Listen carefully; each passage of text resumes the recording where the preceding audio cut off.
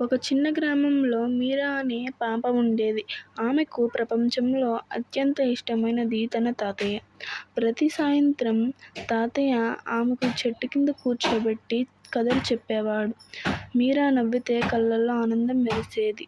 ఒకరోజు తాతయ్య అనారోగ్యంతో మంచాన పడ్డాడు. మీరా ప్రతిరోజు చిన్న పూలను తీసుకెళ్ళి తాతయ్య త్వరగా బాగుపడాలి అని చెప్పేది. కానీ కొన్ని రోజుల తరువాత తాతయ్య ఈ లోకాన్ని విడిచిపోయాడు.